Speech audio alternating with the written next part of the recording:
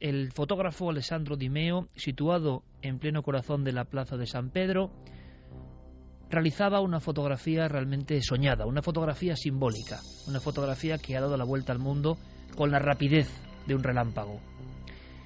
Sobre la mismísima cúpula, sobre casi la parte más alta, podríamos decir, de la plaza más sagrada de la Casa de Dios, caía fuego del cielo. Hay quien vio en esa escena una perfecta metáfora de lo que estaba ocurriendo. Tan solo unas horas antes, ya lo sabéis todos, amigos, un papa renunciaba a su sagrada labor y con ello un intenso seísmo de reacciones, suposiciones, curiosidades, tramas que esta noche queremos comentar. Vuelven a surgir nombres que parecían ya casi enterrados. Estamos en la resaca de las profecías del 2012 y sin embargo queda mucho que hablar de San Malaquías, de Nostradamus, del tercer secreto de Fátima o de la clave 11. Porque para más INRIs, si todo está tan controlado, si las personas hablan con tanta autoridad, con tanto mapeo o escaneo del espacio, con tanto conocimiento sobre dónde estamos, qué somos y hacia dónde vamos, ¿de dónde viene este objeto? ¿De dónde viene esta especie de luminaria? ¿Es un objeto? ¿Se han recuperado fragmentos? ¿Qué está ocurriendo? ¿Es cierto que Nostradamus, y os lo vamos a contar y a leer, habló de estos dos soles el día de la renuncia del Papa? Pero seguro que queréis saber más. Los mismos, seguramente, los mismos que dicen que no pasa nada porque renuncia un Papa después de tantos siglos, los que quieren que no sepamos lo que de alguna forma discurre en las alcantarillas del poder y lo sagrado, los mismos que dicen que no ocurre nada, aunque tengamos un Tunguska sobre áreas urbanas, los mismos seguramente son los que aseguran también que no hay ovnis. Ayer a las 8:02, por si faltaban pocas cosas en esta semana, el Centro de Control Aéreo de Barajas detectaba 2 ecos ovni sobre una zona próxima entre Madrid, Segovia y Burgos. Un vuelo denunciaba una especie de situación extraña. En el radar pudieron ver 2 ecos misteriosos. Nos lo va a contar la persona que estaba allí en las pantallas. Por fortuna, un poco de claridad. Ocurría ayer, en el momento preciso de la deflagración sobre Rusia, de ese gran meteorito. Algunos dicen hoy que no era un meteorito, que era otra cosa. Bueno, vamos a escuchar y vamos a intentar sacar conclusiones. Pero este caso oculta o esconde algo más asombroso. César Cabo nos lo va a contar. En la misma zona, exactamente en la misma zona, un poco más al norte del puerto de Somosierra y ya fuera de la Comunidad de Madrid, resulta que otro avión había sido escoltado, pero en esta ocasión el piloto, el comandante, pudo ver el objeto u objetos, prácticamente entró en pánico, se puso muy nervioso y le preguntaban qué es lo que estaba viendo. Él respondió, y son casos que solo podéis escuchar aquí en Milenio 3, él respondió directamente: mire, no sé lo que es. Nunca antes habías estado tan cerca de lo desconocido. Milenio 3, Cadena Ser. Nuestros mismos compañeros de deportes, con el buen trabajo que hacen, nos lo preguntaban al salir. ¿Quién decía eso del último papa?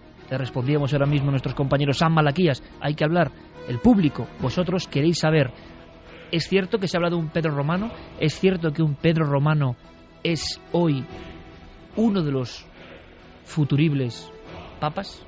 Pero lo que todo el mundo también quiere saber, evidentemente, es qué pasa con ese objeto u objetos que han surcado el cielo, que han estallado, que han provocado una luminaria impresionante. Bien, tenemos últimos datos, pero tenemos algo más sorprendente, que lanzamos al vuelo Lori 38. Santiago Camacho, compañero, buenas noches. Buenas noches, Iker. Es un hallazgo que simplemente nos deja, bueno, con esa sensación ante todo lo profético. Todo puede ser interpretable y reinterpretado. Todo tiene diferentes matices, pero hay un documento que quiero directamente que leas a toda la audiencia. Pues este documento es la cuarteta 41 de la segunda centuria de las profecías de Nostradamus. Y dice así: la gran estrella durante 7 días arderá. Nublado hará 2 soles aparecer. El gran mastín todas las noches aullará. cuando el gran pontífice cambie. Últimos datos, Teletipo, porque ¿qué pasa con ese objeto? Ese asteroide, ese meteorito, ese cometa, ese bólido, lo que sea. ¿Se están buscando sus fragmentos? ¿Ya hay fragmentos? Buenas madrugadas, Iker. Pues mira, no hay fragmentos, todavía no se han encontrado. Se están buscando en el lago Chebarkul, que es donde presuntamente ha caído uno de esos meteoritos, porque se cree que han sido varios. Al entrar en la atmósfera se han roto de un gran meteoro y esos meteoritos se han caído en diversos lugares. Aparte de en el lago, se están buscando en otros 3 lugares donde presuntamente los vecinos han visto que algo explotaba, algo estallaba.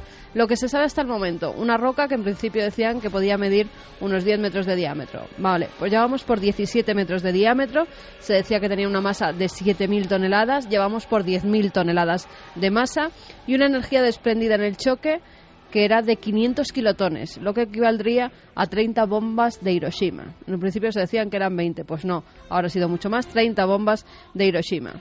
El impacto es el mayor que ha causado un meteorito y el que ha sufrido la Tierra en los últimos 100 años, como apuntabas desde Tunguska.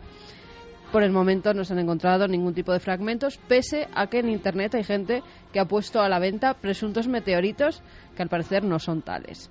Más de 1.200 personas heridas. 3 de ellas están en estado muy grave. La mayoría han sido por cortes que se han hecho al estallar en esa explosión que causó, pues cristales. Estaban muy cerca de los cristales. Muchos de ellos eran niños, más de 300 niños heridos en las escuelas. Y mucha gente, como también apuntabas al principio, creyó que era el fin del mundo. Describían esa luz como una luz irreal. Primero hubo una luz irreal que iluminó todos los salones de la clase, decía un profesor. Este tipo de luz no existe en la vida, solo en el fin del mundo.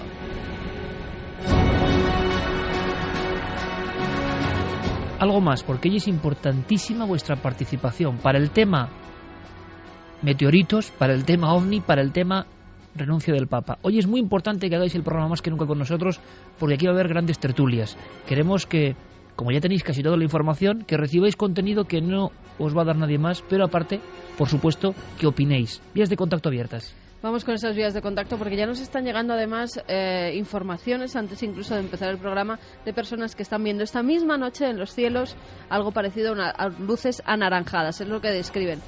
Luz anaranjada circular en el cielo hacia las 12:30 de la noche. De esta noche. En Córdoba, eso en Córdoba, bueno. En Córdoba. Javi, seguiremos muy atentos. Javi, buenas noches, compañero. Buenas noches, sí que. Ahora nos contarás porque has podido hablar con españoles que se tuvieron prácticamente que tirar al suelo pensando que era una deflagración nuclear. Sí, gente que estuvo allí, que recuerda esos momentos como unos momentos de gran tensión y que, bueno, nos van a contar de primera mano cómo se vivieron esos minutos en los que no sabían qué era lo que estaba ocurriendo. Estamos muy atentos, por supuesto, con Fermín Agustí, con Noel Calero, nuestro compañero de los mandos, toda la información que esté llegando, porque quizá en alguno de los momentos tenemos que conectar directamente con espectadores y oyentes. Nos lo decía Esperanza Serrano. Esperanza Serrano nos decía que podía ser que alguien le explique esto. ¿En Córdoba, 12:30 de la noche? En Córdoba, dice, luz intensa naranja circular bastante grande, imposible que fuera un avión, pues la luz se vería más pequeña y más lejana. En un principio iba a una velocidad lenta, constante, y luego ha empezado a ir más rápido en dirección este, pero de repente ha girado hacia el norte y ha desaparecido.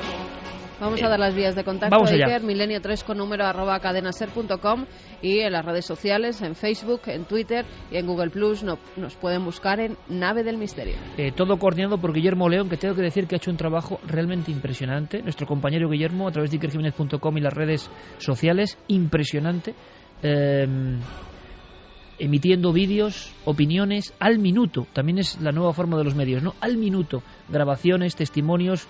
Nos quitamos el sombrero, Guillermo, con tu trabajo. Ahora estará muy atento, registrando cualquier tipo de información.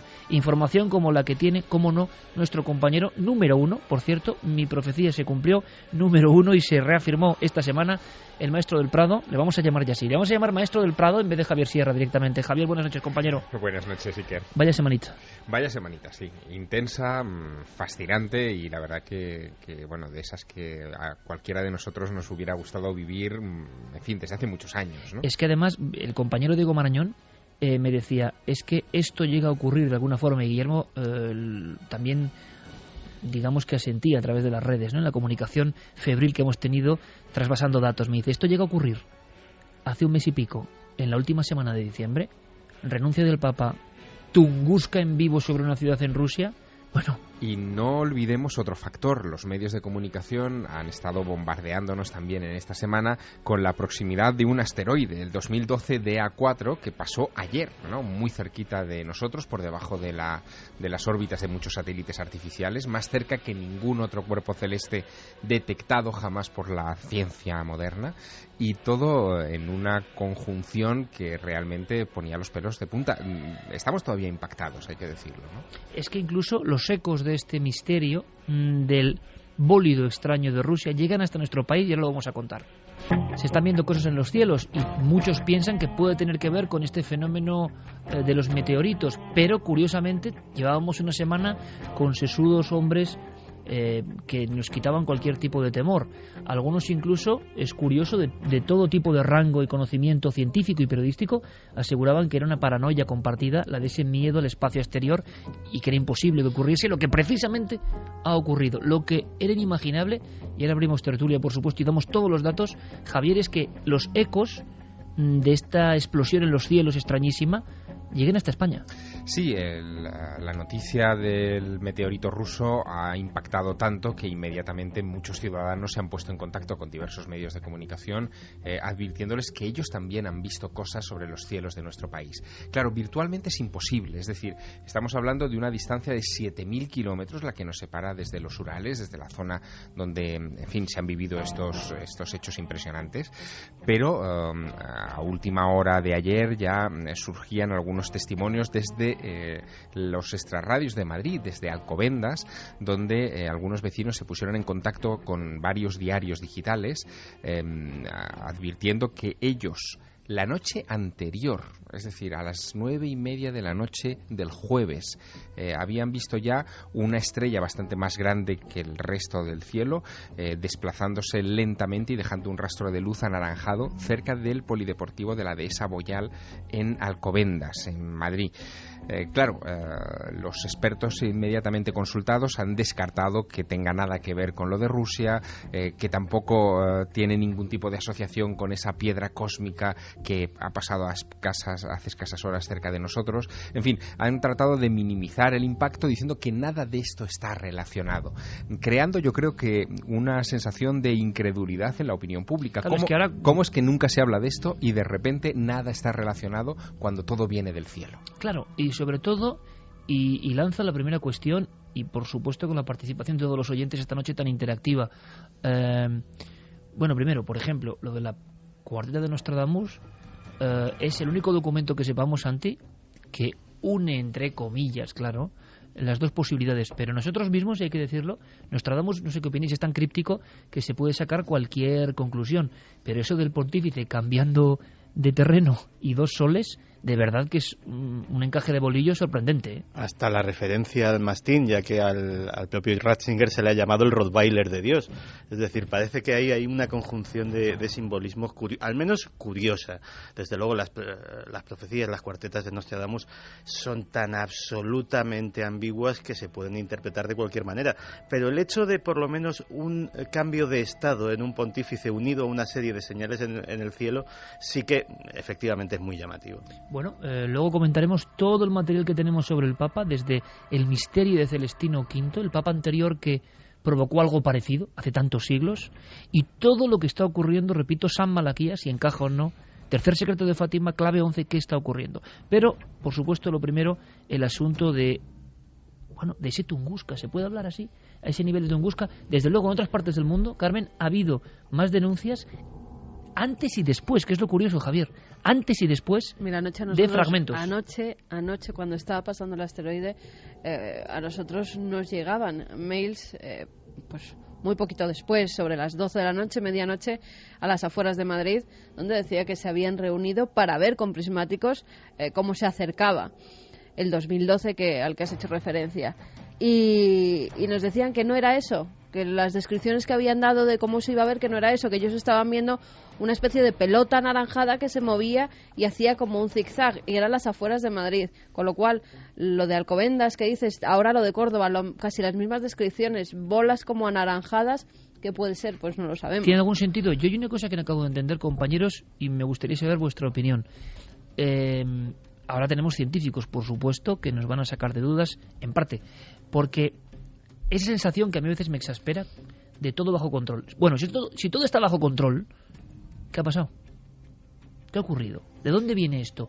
¿Todo no está bajo control? Las excusas han sido múltiples. En el caso, por ejemplo, del meteorito de Rusia, lo que los expertos adujeron para justificar que no lo habían visto, que no se había detectado, que no se había despertado ninguna alarma, es que esa roca cósmica había penetrado en nuestra atmósfera por el lado diurno del planeta y, por lo tanto, había sido invisible a los instrumentos. Claro, pero entonces esto puede pasar mañana mismo otra vez. Efectivamente, puede pasar en cualquier momento sin que una roca de estas, en fin, sea detectada. No es que pueda pasar en cualquier momento, es que los expertos dicen que hay más de 150.000 2012 como los que han pasado al lado de la Tierra, y hay tan solo identificados un 1%. Es decir, los que no están identificados, que es el 99% restante, pueden ser más grandes que este y pueden pegarnos un pepinazo en cualquier momento, que yo creo que, si no es por casualidad, como este que lo identificaron por casualidad desde Granada, no nos enteramos que este existe ni que va a pasar tan cerquita de la Tierra. En Rusia, además, pueden empezar a pasar cosas, porque las autoridades, las máximas autoridades del país, se han alertado por lo sucedido y empiezan a darle crédito ya a esos proyectos científicos hasta ahora muy minoritarios y en fin, de poca relevancia pública, que son los relacionados con los NEOs, ¿no? Los Near Earth Objects, los objetos cerca de la Tierra, que en Estados Unidos sí que tenían cierta financiación, pero que en Rusia, hasta la fecha, pues no, además dice que son ¿no? muy caros. Uno de los ministros, el viceprimer ministro ruso, Dmitry Rogozin, así se llama, dice que él lo plantea en la OTAN. Que planteó en la OTAN, oye, ¿por qué no hacemos un lugar desde donde se vigilen este tipo de meteoros mucho antes de que ocurriera esto? Y se descojonaron de él en la OTAN. O como se diga, claro. O como se diga, porque decían que para qué iban a gastarse tanto dinero si esto de verdad pues no tenía sentido, si no había meteoritos que hubieran causado grandes desastres. Pues mira, pues en este caso 1.200 heridos. Eso es, 100.000 viviendas afectadas. 100.000 viviendas, es posible. 100.000 viviendas. 6 ciudades diferentes, por lo que yo no sé si son más. Seis. Bueno, es que si nos ponemos a repasar cifras, estas empiezan a ser bastante espectaculares. Claro. El cálculo de daños, que desde luego es muy prematuro todavía y que se completará en las siguientes semanas, causado por este sobrevuelo de un meteorito y su estallido en el aire, que incluso algunos llegan a pensar que esto no ha impactado, no vamos a encontrar ningún cráter ni nada por el estilo. Pero hay fotos de un cráter, ¿no? Sí, hay fotos de un lago helado. Un lago, exacto, de un agujero en un lago helado, ¿no? Pero lo que dicen es que el cálculo de daños ronda ya los 25 millones de euros, casi todos en cristales de ventanas, hay que subrayar. Ha habido algunas fábricas que yo he visto con grandes daños, incluso en la estructura. Una fábrica de zinc, concretamente, porque además es que resulta que Chelyabinsk es uno, sus habitantes lo llaman popularmente Tankogrado. Es una pieza clave de la industria militar rusa. Es uno de los sitios donde se fabrican, lo llaman Tankogrado porque se fabrican todos los tanques allí, donde se fabrica tanques, armamento pesado. Incluso hay una instalación nuclear enorme donde se procesa plutonio y donde se almacenan prácticamente la totalidad de los combustibles agotados de las centrales nucleares rusas. No ha habido daños en esa zona que se sepa. No, pero podía haber sido... Y un cementerio de desechos nucleares también está en la misma podía haber ciudad. sido terrorífico justo en esa zona. Y es que lo que planteaban Carmen y Javier tienen toda la razón. Es que realmente tenemos un objeto que desarrolla 500 megatones de potencia que se nos ha venido encima y que no lo hemos visto hasta que lo hemos tenido justo encima de nuestras cabezas. La verdad es que, por muy responsables que sean nuestros dirigentes a nivel internacional, creo que algo debería hacerles pensar esta circunstancia. Es curioso porque nos da la sensación sincera, por eso hacía yo la primera fotografía, un poco hilando los temas de esta semana apocalíptica, podemos decir, no lo sé, desde luego muy movida, muy intensa, pero un acontecimiento como el ocurrido sobre el corazón de la vieja Unión Soviética de inmediato nos pone la postal en la cara de lo poco que somos, ¿no?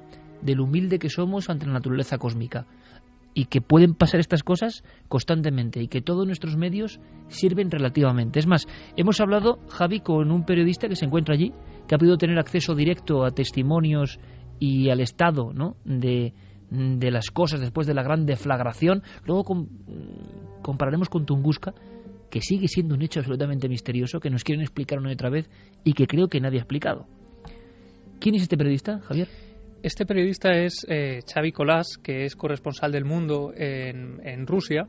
Es una persona que además, y lo vamos a escuchar contándonoslo, se encontraba inmerso precisamente en un proyecto que tenía que ver con Tunguska, ¿no? Él estaba rescatando la historia de Tunguska, hablando con expertos en meteoritos y en asteroides, y de repente, esa mañana en la que cae ese bólido sobre esta ciudad, descubre que todo lo que estaba investigando se ha convertido en la pura actualidad. ¿Eso es un inicio de novela o no? Totalmente. O sea, comentaba el periodista, ha charlado con nuestro compañero Javier, prácticamente que tenía, ¿no?, el portátil escribiendo en esto sobre Tunguska, y va y Tunguska se le viene encima, ¿no?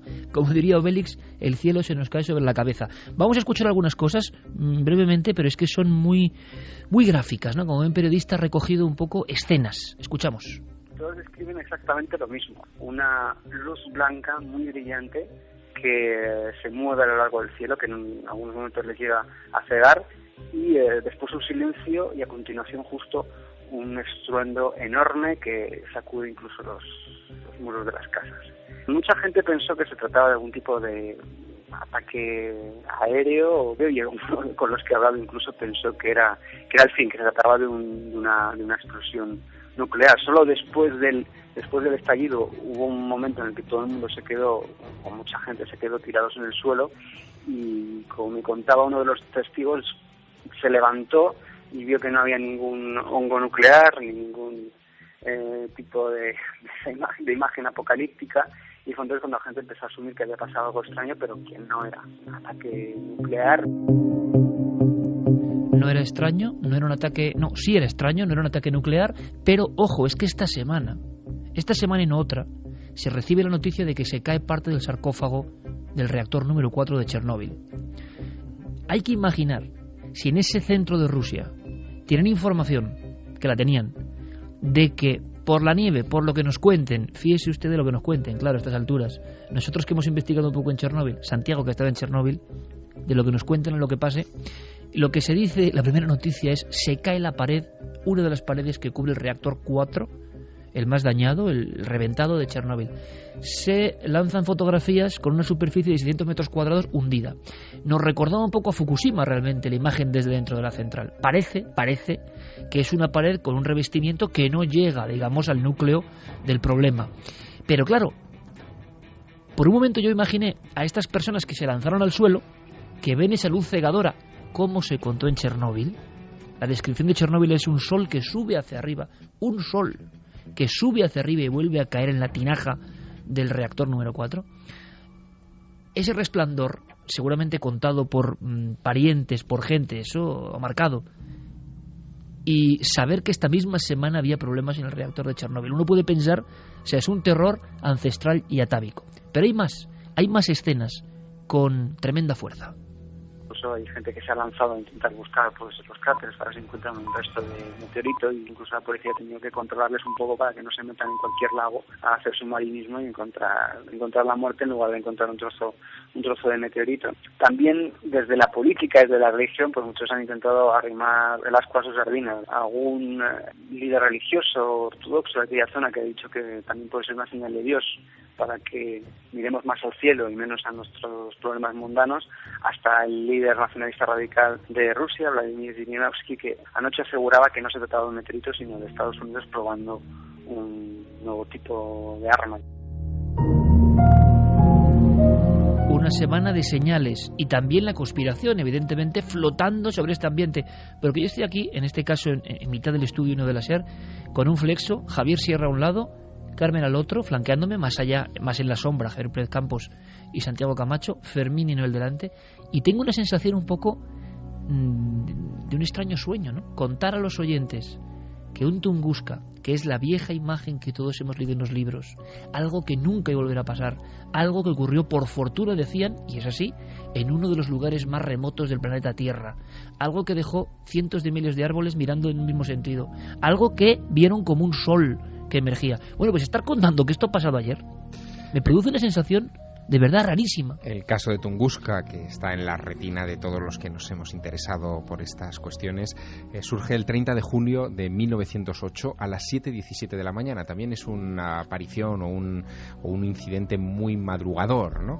Y en este caso los cálculos que se actualizan cada cierto tiempo sobre las causas y el impacto, los efectos de aquello, es bastante sorprendente. Se habla ya de 80 millones de árboles afectados.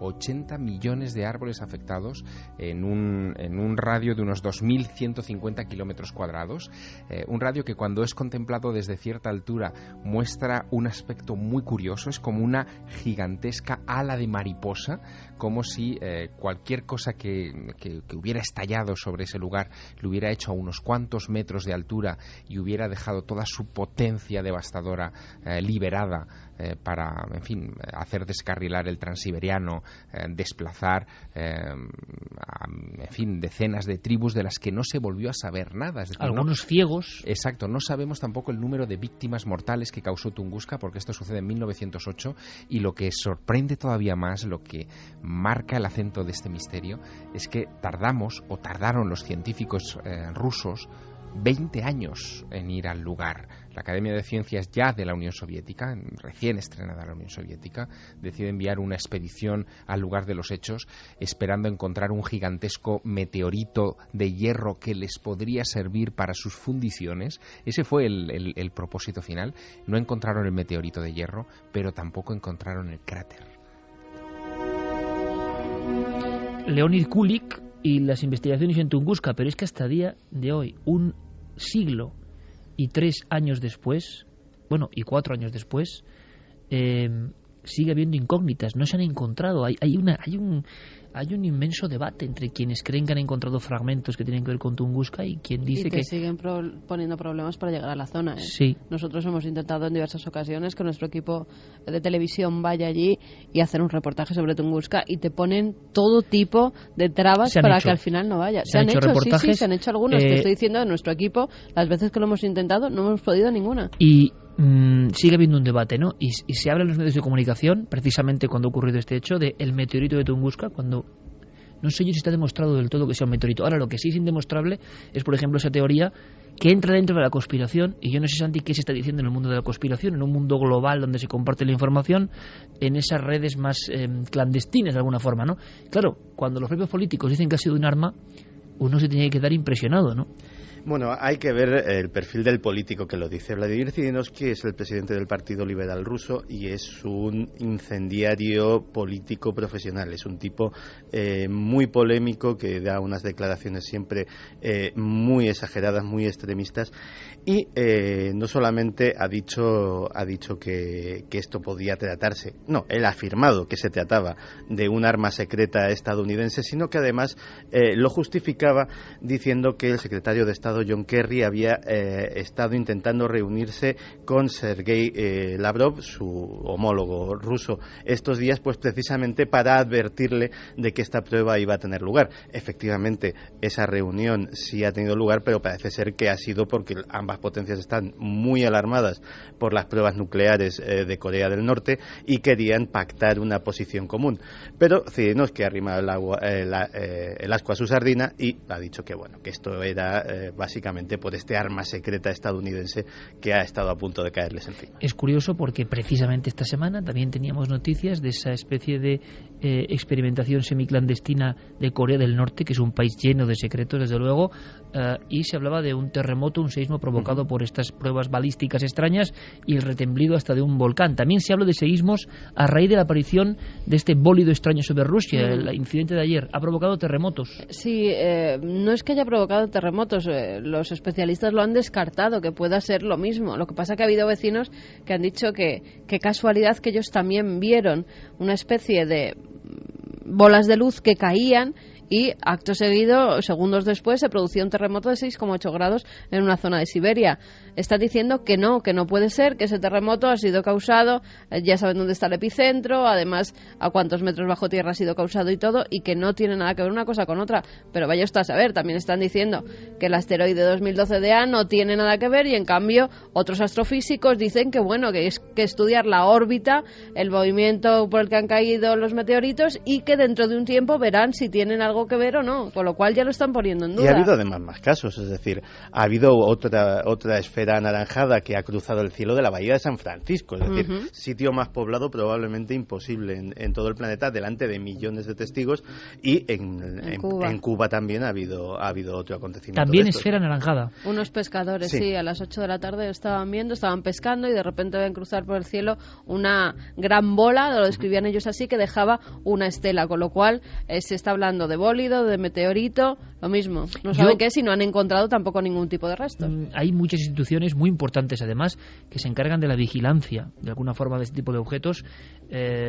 Imagino que ahora en una época de crisis no es buen momento para nadie, pero sí hay una sensación de no control, ¿no?, sobre lo que ocurre en el espacio, aunque evidentemente el mensaje tranquilizador es que todo está bajo control, como ocurre con casi todas las cosas un poco extrañas. Vamos a saber un poco qué ha pasado con españoles que estaban allí en el epicentro de la catástrofe, entre comillas, pero antes me gustaría que nuestro público escuchase a algunos científicos y expertos. Es significativo lo que cuentan del peligro, esto es muy claro, que suponen estos objetos y el descontrol que hay, ¿no?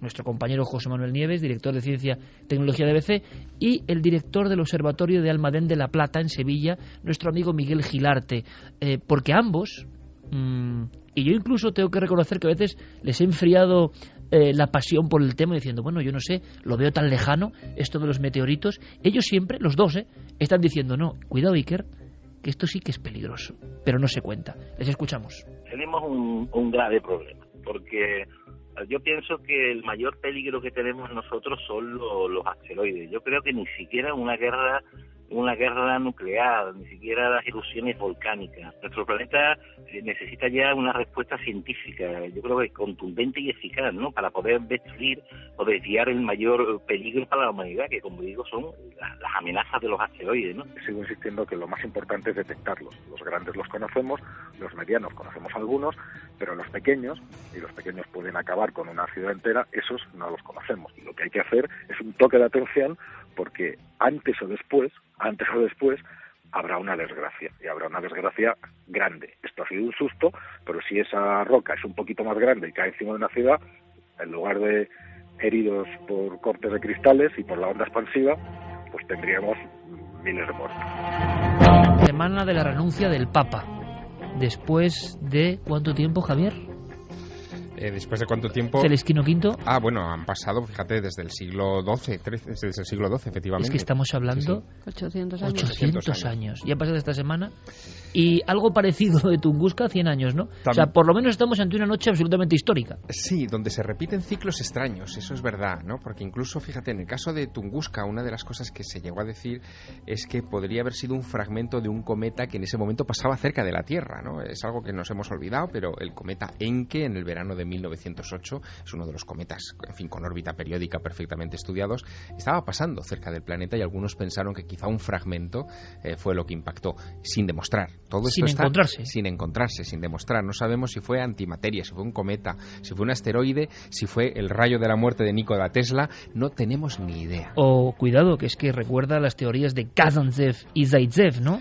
También, que de podía la ser... Academia de Ciencias, hablando Sí. también uno de ellos de un artefacto desconocido que estalló, ¿no? Bueno, se ha hablado de todo, pero curiosamente había españoles, ¿no?, en una zona que nos puede parecer tan remota. Has podido hablar con algunos de ellos, Javier, y para resumir, ¿qué comentaban? ¿Qué decían? Pues hemos hablado en concreto con Benet Presas, que es concejal de turismo de Salou. Él estaba precisamente en esa zona concreta, justo en esa ciudad, en Chelyabinsk. Él estaba en un hotel junto a su gente, ¿no?, a sus colaboradores, que estaban viajando por toda Rusia, precisamente haciendo una labor de promoción de la Costa Dorada. ellos se levantan esa mañana y dicen que no son muy testigos del sonido. Ellos descubren que está ocurriendo algo por la luz, por esa luz que algunas personas decían que era una luz irreal, ¿no?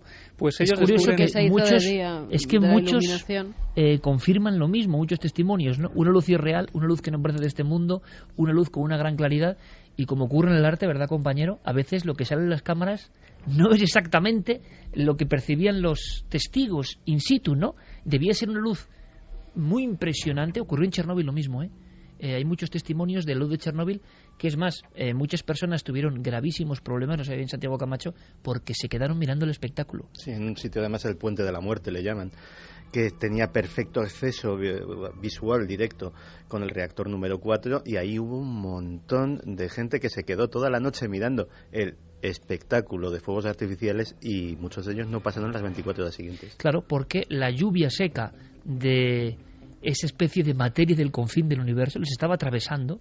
Algunos notaron, incluso decían, ¿no?, como un impacto, dice, llovía pero sin llover. Es una de las declaraciones más impresionantes de Chernóbil. Grupo de ciclistas, y cuando llegaron a su casa vieron que estaban con un moreno. Era el moreno de la muerte nuclear, ¿no? ¿Cómo quedaría de irradiado ese puente, que a día de hoy sigue siendo zona prohibida? Es decir, se puede ir razonablemente por casi todo Pripyat con tu guía, pero justo el puente, que efectivamente quedó irradiado directamente de todo lo que salía del reactor, a día de hoy es una zona absolutamente prohibida para los turistas, y no ha podido tampoco ser desmantelado ni ha podido ser desmontado de una forma segura, porque aquello todavía conserva una dosis importante de radiación. Y hilamos esto en una semana en la cual también Chernóbil ha sido noticia, porque las descripciones, Javi, si leemos los informes de los testigos, los que sobrevivieron y los que no, que dejaron plasmada su impresión, hablaban de luz irreal, que es de las pocas veces que yo, bueno, en algún caso de estos raros de ovnis lo he escuchado, ¿no? Sí. Pero una luz que no es ni artificial ni natural, que es muy clara y que debe impresionar mucho, pero incluso a nivel psicológico, ¿no? Tiene una carga psíquica muy fuerte ese encuentro. Y es lo que se refleja en los periódicos de medio mundo, lo que dice muchísima gente. Sí, y a posteriori lo que ellos notan es el efecto de la onda expansiva que hace retumbar los cristales del hotel. En ese momento todo el mundo se mete dentro, se alejan de los cristales porque piensan que pueden romperse en cualquier momento, pero tal es el impacto de lo que está ocurriendo que dice que toda la gente que está en la recepción del hotel sale fuera, 16 grados bajo cero, en mangas de camisa prácticamente, para ver lo que está ocurriendo, y solo es al cabo de unos minutos cuando entienden que ha ocurrido algo importante, porque empiezan a llegar los sonidos de las ambulancias, de la policía, empiezan a estrecharse los cercos para ver qué está ocurriendo en toda la zona, y bueno, dan detalles de todo tipo. Hay cosas, por ejemplo, como que las comunicaciones telefónicas se cortaron durante unos minutos por cuestión del impacto de la onda expansiva, y eso aumentó el pánico entre las familias que no sabían dónde estaban sus diferentes miembros de la familia, y que, bueno... O sea, colapso, digamos, de las ciudades... Claro, y creían por que un fenómeno así, ¿no? Y nos cuentan y nos dicen que, hombre, los grandes están más o menos controlados. Si un artefacto de este tipo cae a plomo, ¿qué provoca? O sea, provoca un accidente muy serio. Claro, estamos en el tiempo de Internet y se han difundido fotografías que no tenían nada que ver de algunas minas y lugares muy célebres, incluso con fuego perpetuo, como si fuese el cráter de Rusia. O sea, es un poco la picaresca de la red, que llega ya a un nivel... Pero yo no sé si hay datos a este momento de la noche, Carmen, para saber si el cráter del lago helado que se ha publicado, hay que andarse ya con un ojo, porque uno no sabe lo que se publica, qué mandan las agencias y qué de verdad. Se ha hablado de submarinistas, aguas congeladas, pero ¿se ha encontrado algo? Nada. No, porque ha habido noticias que decían que sí. No. Ha habido buzos que se han sumergido. Es más, las últimas noticias es que el gobierno había censado ya lo que es los buzos, habían hecho que no se sumergieran más, y no saben si mañana o ya lo van a dejar para el lunes el volver a sumergirse, porque además no ven nada dentro de las aguas heladas. Dicen que está la visibilidad malísima y que no han encontrado absolutamente nada, con lo cual han acordonado la zona. Eso sí que se ha visto en fotografías. No dejan acercarse a la gente porque muchos quieren sumergirse, y lo que han hecho es poner vigilantes ahí en la zona hasta que los buzos especializados en eso vuelvan a sumergirse en esas aguas e intenten encontrar algo. Lo que sí han hecho ha sido analizar el agua donde supuestamente ha caído el meteorito. El agua de ese lago, que además ese lago da agua a mucha gente, que la gente lo bebe, con lo cual era un peligro.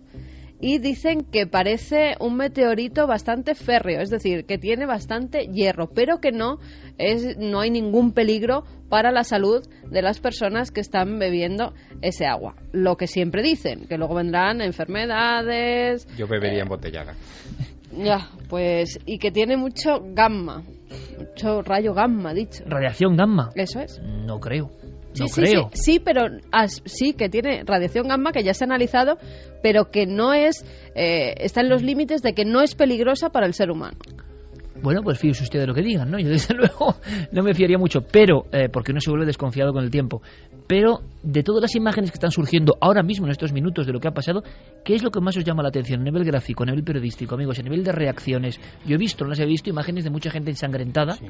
Y tú dices, ¿cómo que un meteoro en las alturas provoca esto? Es que es un contraste. Bueno, a mí lo que me ha llamado la atención es que está empezando a funcionar la sociedad de la información. Todo el mundo va con sus cámaras de vídeo a cuestas dentro de los teléfonos móviles. Luego te cuento de por qué hemos podido ver también todas estas cosas, que es un fenómeno muy ruso. Porque eso es increíble, es decir, en otras circunstancias y en otra época se hablaría de esta noticia, pero no tendríamos los vídeos, ¿no? que son realmente impactantes del fenómeno, no ya de las víctimas, sino del propio fenómeno. Bueno, dicen... Esas imágenes las tenemos porque en Rusia prácticamente la totalidad de los coches llevan una camarita que graba absolutamente todo el trayecto y todo lo que se hace con ese coche. ¿Por qué? Porque el caos circulatorio en Rusia es tal que los accidentes son continuos. Y es más, hay picaresca de gente que se lanza a las ruedas de los coches para simular accidentes y pedir luego una indemnización. De tal manera que todos los conductores se han provisto de estas cámaras para grabar todo lo que sucede y poder aportar en un juicio pues esa grabación como prueba. Pues gracias a esa picaresca rusa tenemos imágenes absolutamente increíbles de este suceso natural. Hay una circunstancia que también están bregando ahora las autoridades, que es que no tenemos que olvidarnos.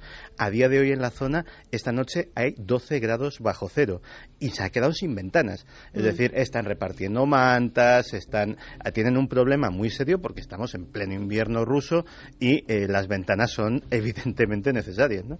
Vamos a ver qué dice nuestra audiencia rápidamente. Sigo muy confuso con la teoría de es que venía por el lado diurno, no sé, venía por el extremo izquierdo, yo que sé por dónde venía, ¿no? La explicación, y por eso, oiga, es que no se puede hacer nada.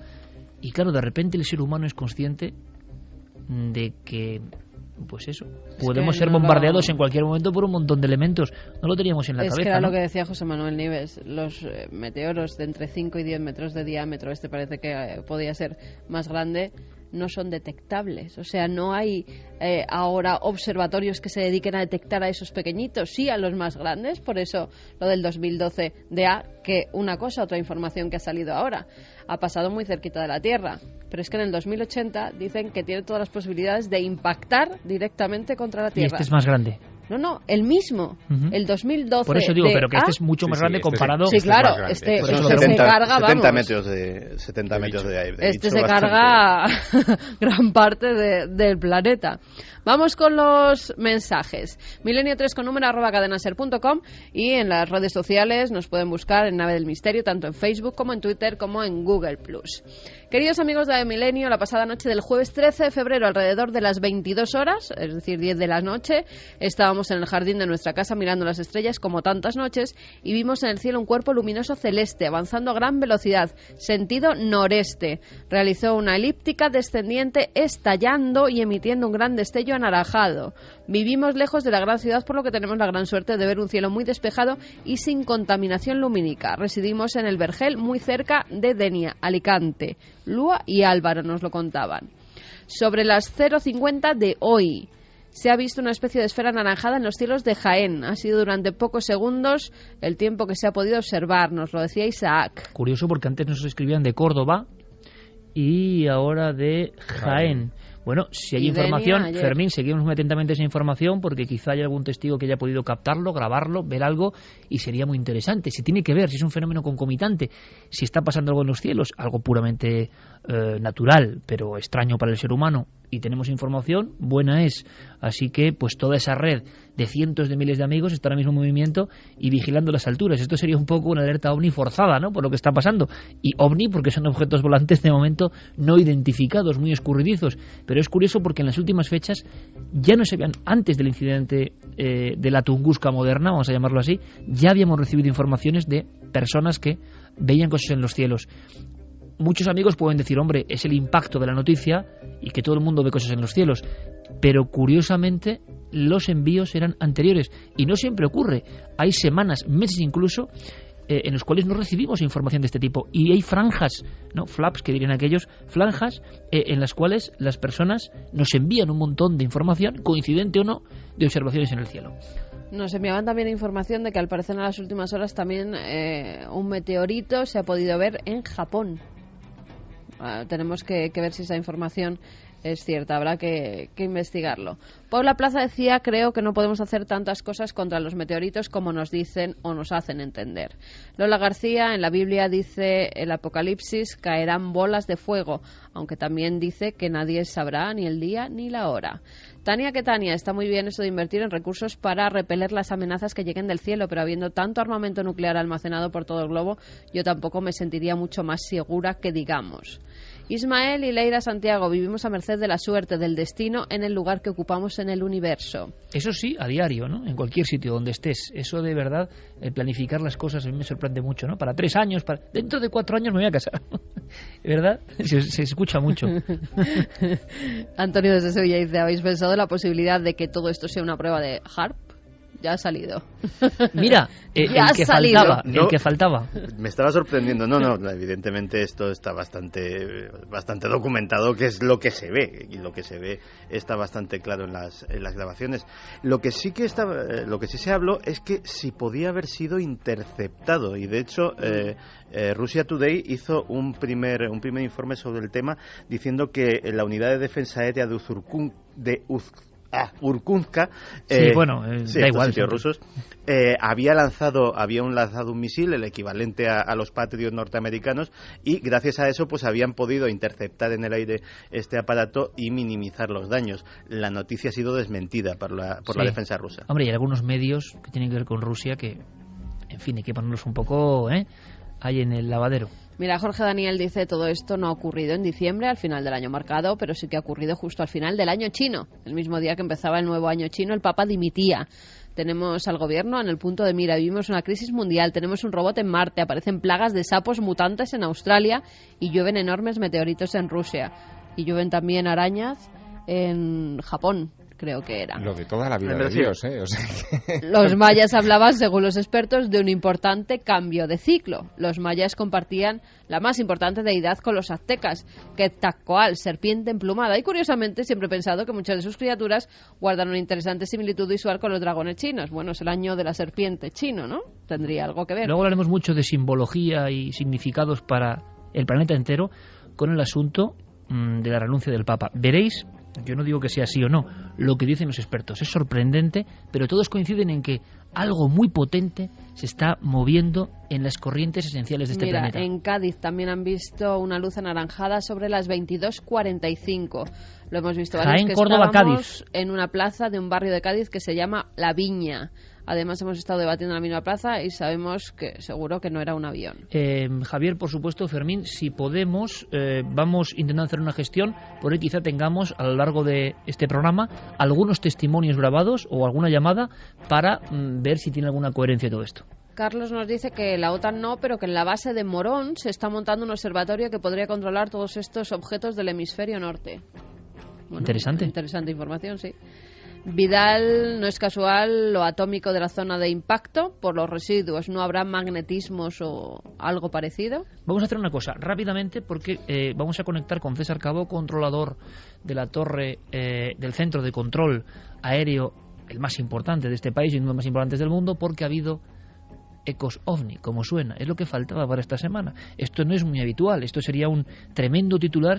Si ocurriese lo que vamos a contar ahora en los años 70, sería detectados en radar, doble exclamación y la prensa muy interesada. Ya se está hablando también de ovnis al lado del meteorito de Rusia, ¿eh? Lógico como también, siempre, ¿no? Con todo el remoce de información, muchas veces apócrifa y falseada y y desnaturalizada, o igual no lo sé, pero desde luego lo que ha pasado y se ha detectado en Barajas, nosotros podemos decir que viene por parte de uno de los grandes profesionales, de alguna forma científicos y técnicos, que vigilan nuestro cielo y los vuelos.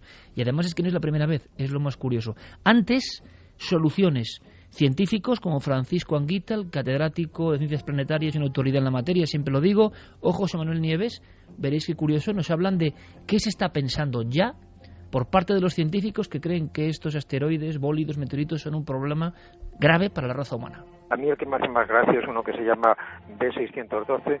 Se trata de algo que van a poner en práctica en un ensayo real en 2015 y que es una especie de remolcador de asteroides con un motor de bajo empuje, pero que a largo plazo podría cambiar la órbita del cuerpo que pudiera estar en rumbo de colisión contra la Tierra. Otra solución, fíjate, es una cosa tan tonta como pintarlos de un color que refleje muchísimo la luz solar, o que absorba mucho la luz solar, porque al hacer esto, y mediante un efecto muy bien estudiado en física, el propio Sol, los propios rayos del Sol, poquito a poco, podrían ir cambiando la dirección de ese asteroide y hacer que finalmente no chocara con la Tierra.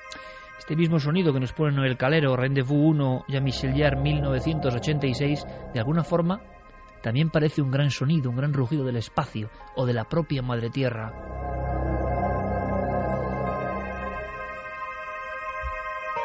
La información se interconecta hoy como nunca y también surgen fantasmagorías, ¿no? Hay muchas personas que están relacionando aquellos sonidos, ¿os acordáis? De hum, el zumbido. Por cierto, algunas de las grabaciones en esta zona donde ha ocurrido el meteoro.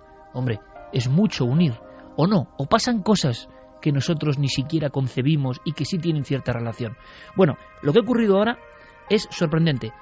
La tarde de ayer, a las 20:03, y desde luego hay que agradecer que personal del ámbito del control aéreo español, que era un mundo absolutamente hermético, hable, como ya pudimos hacerlo hace un año y pico, de ovnis o de ecos extraños, que pueden tener seguramente explicación. Ahora, como vais a ver, hay casos realmente complejos. Ha pasado, y no muy lejos de Madrid, en pleno corazón de la piel de toro, ha ocurrido algo que tenéis que conocer aquí en Milenio 3. Centro de Control de Barajas, César Cabo, buenas noches. Hola, muy buenas noches, Iker. Ha ocurrido algo que quiero que nos cuentes hace prácticamente unas horas, ¿no? Sí, bueno, eso fue ayer por la tarde, yo estaba de turno de tarde en el centro de control y entonces al parecer había unas trazas radar extrañas y claro, alguien lo vio y de hecho vinieron a mí y bueno, pues era en una de las pantallas radar. El espacio aéreo está dividido en pantallas, en sectores, cada sector es un trozo geográfico de España en el aire y entonces había un avión que no sé si era de Air Nostrum, ahora mismo me dudo, creo que era un Air Nostrum, que la pantalla veía el controlador, bueno, la controladora en este caso, que había dos trazas, o sea, como dos puntos al lado del avión, sin identificar obviamente, porque es un radar primario que no identifica, pero se veía que iban como escoltando aparentemente. Entonces le preguntó la controladora al piloto si veía algo. ¿Y es normal eso, César? Es decir, que haya dos puntos o dos señales escoltando un avión y que no tengas información. Hombre, es un poco extraño. Lo que ocurre muy a menudo, o sea, probablemente es un fallo del radar, como ya os comenté la otra vez cuando estuve en el programa, que eso pasa de cuando en cuando, pero cuando persisten en el tiempo y duran más de unos segundos, es cuando la cosa ya te llama la atención y pasa de anécdota a algo con un poco más de sustancia. Entonces ayer el caso es que podía ser una traza radar, un falso eco, o sea, el avión a veces al rebotar la señal del avión produce como un acople y hay un doble, ¿no?, del propio avión, pero en este caso eran dos, no era solo uno, y se mantuvo durante mucho tiempo, o sea, se prolongó mientras el avión iba avanzando por la pantalla durante unas cuantas millas y el piloto evidentemente no vio nada, o sea, no fue un avistamiento, era únicamente el controlador quien en su radar veía esas trazas. Los pilotos en su propio radar, en el anticolisión que tenían, no lo veían. ¿Es el acontecimiento más raro a este nivel de las últimas fechas? No, es que tampoco es muy raro. Yo creo que todos los días, como os comenté la otra vez, pasan ese tipo de cosas, quizá no con dos ecos falsos, pero no tenemos ningún protocolo, de anotar cada vez que nos ocurre algo, o incluso si hay un avistamiento, ¿no?, que a veces hay avistamiento. Entonces ayer, a raíz de este suceso, en esa misma pantalla se acercó otra controladora, como estábamos comentándolo, y dijo, aquí es donde pasó el año pasado el avistamiento que tuve. Y claro, yo recordé que justo fue en febrero más o menos, debe ser en febrero también, o principios de marzo del año pasado, en esa misma pantalla, en ese sector aéreo, en esa zona geográfica de España, hubo un avistamiento. Eso sí que fue el piloto, no nosotros, sino un piloto que lo notificó. Cuéntanos, por favor, César, te escuchamos. Un avistamiento, por tanto, el lugar, la ficha que hacemos, ¿no?, de vuelo en este caso, nos lleva a más o menos febrero o marzo de 2012, sí. Misma zona del mapa de España, ¿y qué es lo que pasa? Pues aquí hay una controladora que está recibiendo instrucción. Bueno, constantemente hay controladores que vienen y pasan un periodo de instrucción con un controlador al lado que te supervisa, obviamente, y luego pasas unos exámenes y ya estaba recibiendo la instrucción y vieron en la pantalla radar, pues lo que te he dicho, una traza, una traza radar, pero no identificada, una primaria, o sea, no era el rombito con toda la información de un vuelo, sino que de repente ven un puntito en la pantalla, pero que en vez de ir, o sea, con la estela que te decía de velocidad, pues esto iba a una velocidad disparatada. O sea, cruzó la pantalla en 4 barridos, cuando realmente lo cruzan pues en 30 y pico. O sea, aquello iba a una velocidad absurda, que es muy raro, pero claro, es que ningún objeto vuela a esa velocidad. O sea, 10 veces más que un vuelo convencional. Pues yo creo que sí, no sé exactamente si 10, pero vamos, 5, 6, 7, o sea, en unos cuantos barridos del radar, aquello había cruzado el sector. Entonces, bueno, les llamó la atención, pero como digo, pues se asume que es un fallo del sistema, del radar, porque no tiene mucha lógica. Y al cabo de unos minutos, en esa misma zona, después de haber ocurrido esa cosa un poco extraña, que es bastante raro, de repente hubo un avión, que era un avión británico, una compañía británica, que le preguntó a ella si le daba información, si tenía algún tráfico cerca, y bueno, pues claro, ella mira la pantalla y no ve nada, ve a ese avión solo en un espacio, bueno, pues de unas cuantas millas a la redonda no hay nadie. Y el avión insiste y dice que tiene pues unas luces y que ve unas luces, o sea, el piloto está viendo unas luces, ella no ve nada, el piloto dice que ve las luces, que son unas luces que están parpadeando, que las tiene en un lado y luego se le mueven por aquí y por allí, y la controladora no ve nada y el piloto se va poniendo un poco nervioso, o sea, se nota por lo que me contaba ella ayer que estaba el piloto un poco tenso, y entonces ella le pregunta que le describa qué tipo de aeronave era. Bueno, descríbame usted lo que está viendo. Claro, nosotros no veíamos nada. Y el piloto dijo, no sé lo que estoy viendo. Que eso, francamente, que te lo diga un piloto, pues es bastante inquietante. ¿Intentó dar algún tipo de descripción que fuese somera, César, de la dijo, forma? No sé lo que estoy viendo, literalmente. Ayer me lo repetía y dijo, no sé lo que estoy viendo. Y eran una serie de luces, por lo eran tanto. Eran luces que parpadeaban y que se movían, y entonces el avión, como estaba nervioso, pidió descender para un poco pues quitarse de ahí en medio, ¿no? No tenía por qué descender, era un avión que estaba sobrevolando el espacio aéreo, no venía a Madrid, pero pidió descender y cambiar de nivel. Entonces cambió de nivel y al parecer las luces aquellas también cambiaban de nivel. Pero bueno, al cabo de un poco ya desapareció. Y lo curioso, César, es que ocurre en la misma zona donde ha ocurrido este eco extraño.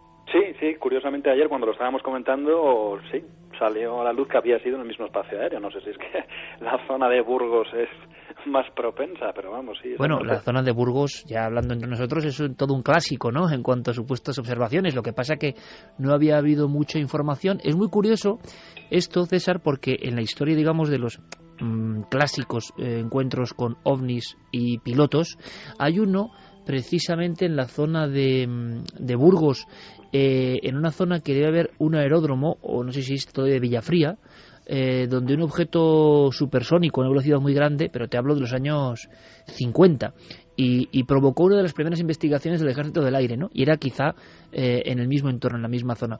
Me contabas que el piloto se había quedado un poco inquieto, era un piloto inglés. Sí, era un piloto británico, y sí que me dijeron que además tú lo notas, nosotros cuando estamos controlando los aviones, igual que si nosotros nos ponemos nerviosos, ellos lo detectan, también nosotros lo detectamos, que suele ocurrir cuando hay tormentas, cuando hay unas tormentas, que es cuando más se complica el tráfico aéreo, pues los pilotos se ponen más tensos y nosotros tenemos que intentar tranquilizarles desde tierra, que para eso estamos, ¿no?, para dar orientación y para controlar. Entonces sí que lo notaron que estaba el piloto. Hombre, yo me imagino que claro, estás volando, ves unas luces, te dice el controlador que no hay nada, y tú estás viendo físicamente una cosa ahí pegada a, yo qué sé, pues a 10.000 metros, a 10 kilómetros de altura, pues hombre.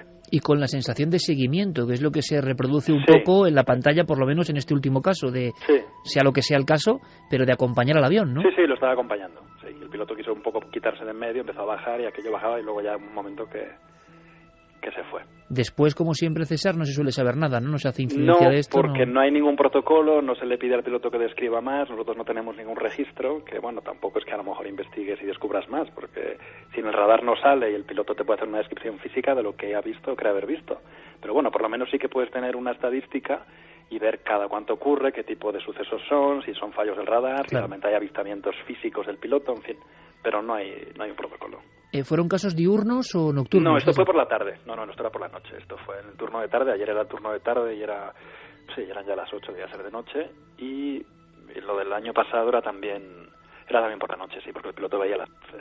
Era de noche. Oye, César, te agradecemos muchísimo, como siempre, la amabilidad que tienes con nosotros, el informarnos, y eso sí, por favor, cuando vuelva a ocurrir alguna cosa de este tipo, conectamos de inmediato, ¿vale? Muy bien, perfecto. Un abrazo muy grande y a seguir vigilando los cielos, César, gracias. Y vamos a hacerlo, vamos a investigar, veremos si tenemos respuesta con la claridad y apertura que nos ha dado en este caso César Cabo. Allí lo vivieron, centro del control, me imagino, porque ya hemos contado 2 o 3 casos en el último año y medio, pero me imagino la expectación, ¿os imagináis? Ese mundo también a veces tan de película, ¿no? De las pantallas siguiendo a los aviones y todos arremolinados en una pantalla porque se está viendo algo que oficialmente es imposible, lo decía, 2 ecos a la vez, escoltando en la misma zona donde pasó el otro caso. ¿Qué ocurre? ¿Qué pasa? Esto siempre llega al cajón de lo marginal. Esto, en el fondo, es un material comprometedor, pero el propio César sabe muy bien que esto genera un enorme interés y fascinación. Está ocurriendo, ¿tendrá que ver con lo que está pasando ahora y lo que nos han dicho amigos de Jaén, Córdoba y Cádiz esta noche? Yo no lo sé. ¿O tiene que ver con algo de los asteroides? No lo sé, no encuentro ningún sentido, no tiene lógica, no aparente. Lo interesante es que el piloto, desde la propia ventanilla, hay que imaginarlo, vio cómo aquello le escoltaba, le rodeaba y bajaba con él. Y lo define como con muchas luces. No sé lo que estoy viendo. ¿Hay más informaciones sobre avistamientos? De momento siguen ahí. Jaén, Córdoba. Sí, por la zona del sur. Que es sumamente interesante. Se han concentrado ahí. Jaén, Córdoba, Cádiz. Y unos días antes por la zona de Levante. Bueno, investigaremos, Javier, porque quizá tengamos testimonios muy interesantes. Pero esto demuestra, compañeros, sin duda, que el fenómeno, pese a quien pese, digan lo que digan, no se acostumbren a marginalizarlo, ¿no? Sigue presente o aparece justo ahora. ¿Por qué? Por algo. Bueno, desde luego estamos ante la semana más intensa de los últimos tiempos. Hay que entrar de lleno, Noel Galero, compañero, cambiamos de tercio, hay que entrar de lleno en la gran noticia no del año, sino quizá del siglo o de los últimos siglos, y que está repleta de códigos, de tramas, de conjunciones extrañas, de profecías. ¿Qué va a pasar? ¿Qué ha ocurrido? ¿Podemos sacar algo en claro? Desde luego que Dan Brown igual se está pensando, ¿no?, cambiar su libro, porque esto pega muchísimo, ¿no? Si es que tiene que ver Dan Brown con el libro. ¿Con qué libro? Con el que va a sacar a la luz dentro de nada. ¿Sí? Es que tiene suerte hasta en eso. Luego lo comentamos. Bueno, me parece muy bien. Hay gente con estrella. Quiero saberlo. Pero desde luego yo lo estaba pensando. Digo, si alguien imagina una semana de acontecimientos absolutamente simbólicos, simbólicos, o tiene alguien en el Vaticano que le da la información, o Dan Brown tiene la suerte de mucho cara, poder. vamos. Planeta tiene mucho poder y ha hecho una maniobra de... No creo que llegue hasta ahí. Bueno, nos ponemos serios porque de verdad estamos todavía un poco sorprendidos con muchas cosas. Esta era la voz, este era el acontecimiento, este era el momento en que el Santo Padre, que yo voy a intentar dar mi opinión también, porque aquí nos vamos a mojar todos, alguien que no es normal, en el sentido de que no se le puede juzgar como un trabajador normal, como un ser humano que está cansado, alguien que tiene otra responsabilidad que va hacia lo sagrado. Quien cree o no cree, eso ya es cuestión de cada uno, pero un representante de eso que es lo sagrado, de pronto se vuelve humano para muchos, y lo dicen con mucha tranquilidad, quizás sin ir al meollo de la cuestión. ¿Qué ha pasado para que ese hombre tome esa decisión? ¿Qué está pasando en el Vaticano? ¿Qué está ocurriendo en la Iglesia? Se dicen muchas cosas, pero él, Benedicto XVI, lo decía así. Propter bene consus pontes huius actus plena libertate declaro, me ministerio episcopi Romae, successore Sancti Petri, mi permanens cardinalium, dium divicissima aprilis bis millesimo quinto commissum, renunciare iter da die, La escena fue tremenda porque no lo hizo en una ceremonia solemne ni en una rueda de prensa, sino durante un encuentro bastante normal dentro de la agenda del Santo Padre. Y una de las cosas que ocurrió muy llamativa es que los pocos periodistas que asistieron a aquel acto, prácticamente ninguno se inmutó. Solamente hubo una mujer de la agencia ANSA que sabía latín, porque estas declaraciones son en latín, la que de repente gente comenzó a ponerse muy nerviosa diciendo, pero he oído lo que he oído, ¿qué está pasando? Y es gracias a que esta joven de repente se dio cuenta de esta historia y lo radió por las redes sociales, que la noticia explosionó en cuestión de segundos. Fue esa circunstancia... Como un meteorito, ¿no? Exacto, como un meteorito. Sí, fue una circunstancia curiosísima. Luego vinieron las especulaciones y la primera de ellas fue muy llamativa, Iker, porque esto se produce el día 11. El día 11 no es un día cualquiera, es el día de la Virgen de Lourdes, de las apariciones de la Virgen de Lourdes, en un papa que ha estado apoyando desde antes de llegar a ser Santo Padre todo el asunto de las apariciones de la Virgen en general, que una declaración de estas características le hiciera coincidir con uno de los grandes hechos aparicionistas de la historia de la Iglesia, en fin, seguro que no ha sido casual.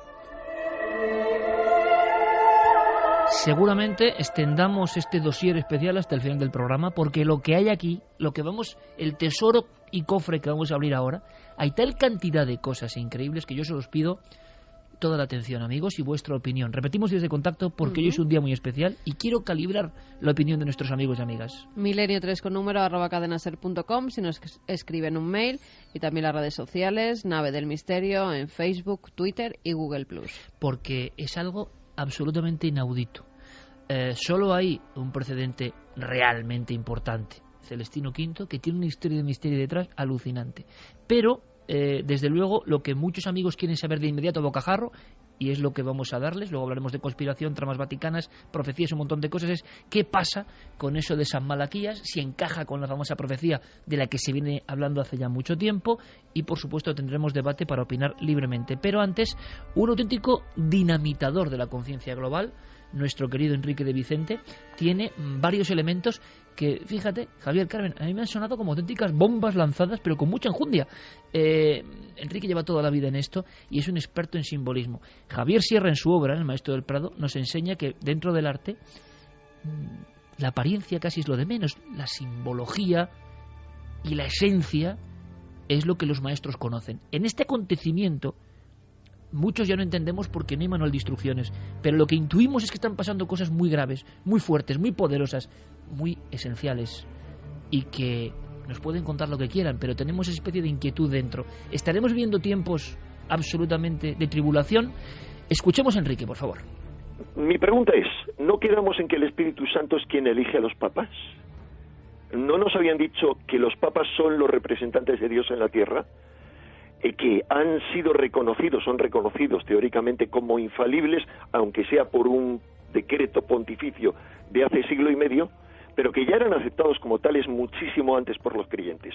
Entonces, si el Papa es el representante de Dios y está inspirado por el Espíritu Santo, con todos mis respetos, como cristiano creyente que soy, pregunto, ¿es que ambos dos, Dios y el Espíritu Santo, no le dan fuerzas o que están cansados y enfermos como él?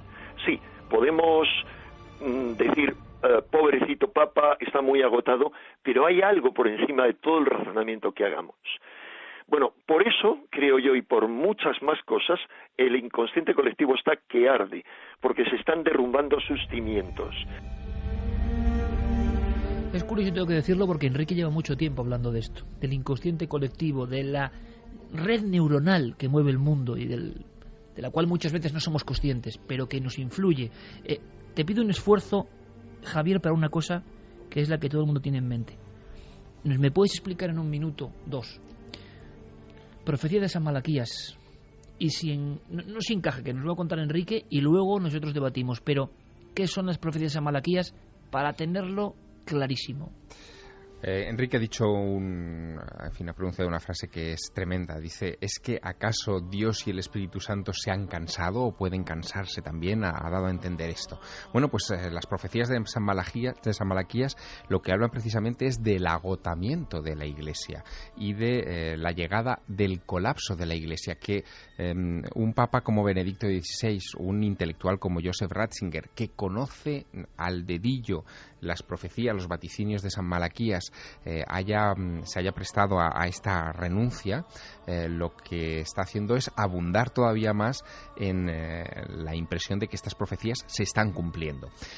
¿Quiénes son, qué son estas profecías de San Malaquías? Las escribe aparentemente en el siglo XII un obispo irlandés llamado Malachi O'Morger, que dicen que muere en los brazos de San Bernardo de Claraval, del fundador de los Templarios. Este hombre enuncia en 111 sentencias, 111 lemas, las características de los papas que vendrán a partir de ese momento y que conducirán a la Iglesia hacia el final de los tiempos. En el siglo XII se hablaba de ese final de los tiempos con mucha intensidad.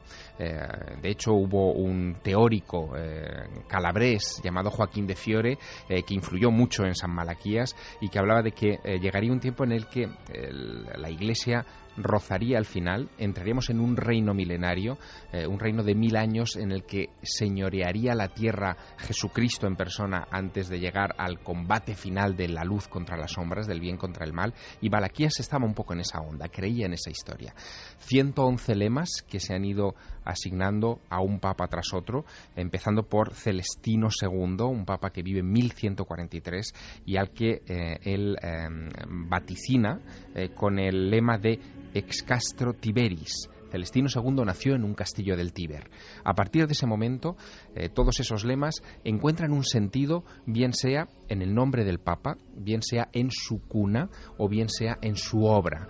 Y los ejemplos son constantes y uno detrás del otro. Podemos comentar algunos enseguida, todos los especialistas, y ocurrió, ¿os acordáis? Con el cónclave, lo vivimos aquí en Milenio 3, en el 2005. Todo el mundo miraba lugar de nacimiento, nombre del Papa, escudo del Papa, los papas o las familias en ocasiones suelen tener una serie de escudos simbólicos, y entonces, claro, cómo este hombre había ideado con unos siglos de diferencia esa especie de imágenes hiladas, ¿no? Claro, la cuestión es, ¿se adelantó Malaquías o los papas se han tratado de adaptar a esas profecías? No me parece muy lógico desde el punto de vista, con todo el respeto, Javier, de que esas profecías, adaptarse a un papa, esas profecías están hablando del fin de la Iglesia. Sí, pero por ejemplo, en el caso de los escudos, que es algo que elige el propio sumo pontífice, ahí entramos en una serie de Sería papas... un juego un poco siniestro, ¿no? Sí, pero por ejemplo, León XIII, él es designado, digamos, su lugar en la lista con el lema de Lumen in Coelo, la luz en el cielo, y él elige muy para esta semana, muy para esta semana, efectivamente, y él elige como escudo un campo con 2 flores de lis y un ciprés, y sobre ese ciprés una especie de gran meteoro, de gran luz, ¿no? El Lumen in Coelo. Pablo VI, por ejemplo, elegirá un escudo que es, en fin, la representación perfecta del lema que le asignó en el siglo XII Malaquías, Flos Florum, y aparecen 3 flores de lis sobre un cielo, sobre unas montañas, ¿no? Juan Pablo I, por ejemplo, porque recordamos Juan XXIII, el que llamaban Papa Bueno, fue pastor et nauta, pastor y navegante, y se hablaba de... Bueno, su origen, él fue arzobispo de Venecia, que es la ciudad de los navegantes por excelencia en la historia de Italia. En caso de su sucesor, en fin, Juan Pablo I, fue un papa muy efímero, como todo el mundo sabe, apenas duró 30 días, y el lema que se le asignó fue de Medietate Lunae, de la media luna. Albino Luciani era el nombre original. Albino Luciani, luz, luna, luz albina, en fin, encajaba como mucho en ese planteamiento. Juan Pablo II tiene un lema, si corresponde, estamos hablando de los últimos papas, si corresponde, es un poco más confuso quizá, ¿no? Aquí hablamos siempre como todas las profecías, se pueden coger casi con alfileres. Era... De Laboris Solis, de los trabajos del sol, es el Papa 110 de esa lista, es decir, nos estamos aproximando al final de esa cronología imaginada o visionada en algún trance por este Malaquías, ¿no? De Laboris Solis, los trabajos del sol, se ajusta bastante bien al carácter solar, expansivo, en fin, sus viajes... A dar varias veces la vuelta... Efectivamente, de este Papa, ¿no? De Juan Pablo II. Pero, ¿y Benedicto XVI? Benedicto XVI, muy controvertido el lema, ¿no? Es el último que aparece en esa lista, antes del final, que luego hay un epílogo que comentaremos.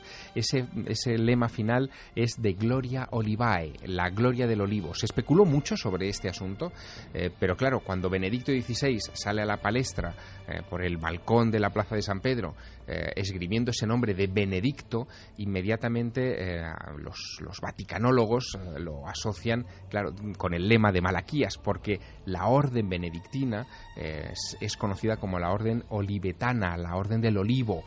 Inmediatamente el vínculo estaba establecido, y no solo eso, sino que este Papa, Benedicto XVI, si en algo se ha destacado también, ha sido en intentar arreglar las relaciones con Tierra Santa, con los judíos, con el pueblo del olivo.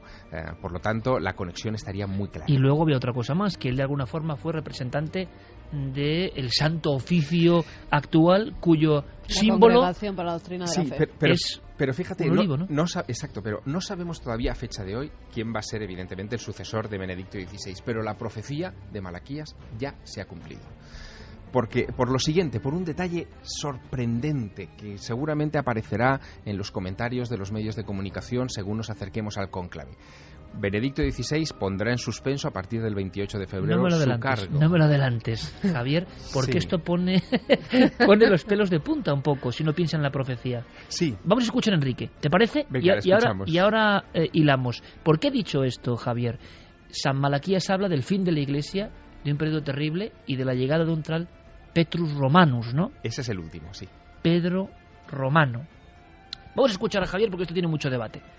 El Papa Benedicto XVI hacía el Papa número 111 en la lista de papas de la profecía de San Malaquías. 111 y último, porque son 111 lemas y después de este lema viene algo extraño.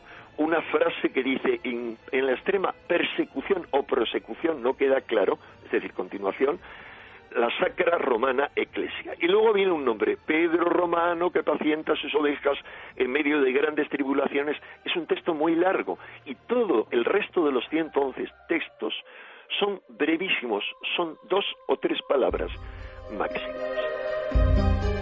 El último papa, según San Malaquías, es Pedro Romano. ¿Y qué va a pasar? ¿Qué va a ocurrir? Escuchamos. ¿Qué puede significar la última larga frase de la profecía de San Malaquías? No lo sabemos. Siempre se sabe cuándo es el papa siguiente, pero en este caso puede referirse a un papa o algo mucho más complejo, porque es una frase muy larga y dice Pedro Romano. Bueno, hay gente que ha dicho, pues, a lo mejor un papa siguiente que vaya a renovar la Iglesia adopte el nombre de Pedro Romano, que no ha adoptado ningún papa desde Pedro I, y sea Pedro II. Pero resulta que aquí se da una sincronización, una coincidencia asombrosa. Cuando el papa renuncie el 28 de febrero, ya se ha hecho una división para que se repartan los poderes, es decir, él tiene un secretario de Estado que dejará de ser secretario de Estado, pero que seguirá siendo de alguna manera el factotum en el Vaticano, y es el cardenal Camarlengo. ¿Cómo se llama este personaje? Se llama Pedro Tarcisio Bertone, y nació en uno de los 2 pequeños pueblecitos que hay en Italia que se llaman Romano, es decir, en este caso en Romano Canavese.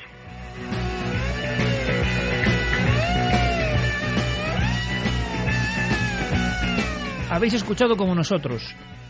Por eso Javier estaba tan impactado, compañero, ya lo entiendo. Es decir, con la renuncia inesperada del Papa, en este juego de simbologías, el poder lo toma alguien que se llama Pedro de nombre y que nació en Romano Canavese. Hay más conexiones porque esa profecía final habla de que la ciudad de Roma será destruida, en fin, da una serie de detalles que son idénticos al tercer mensaje de Fátima, que fue divulgado por Joseph Ratzinger, es decir, por el actual Benedicto XVI, y por Tarcisio Bertone. Pedro Romano. O un Pedro nacido en el pueblo de Romano, que solo hay 2 en toda Italia. Es un juego de simbologías, no hay que asustarse, ¿no? O sí, yo no lo sé, desde luego, yo no lo sé, pero esto me deja absolutamente fascinado. Espero que vosotros también.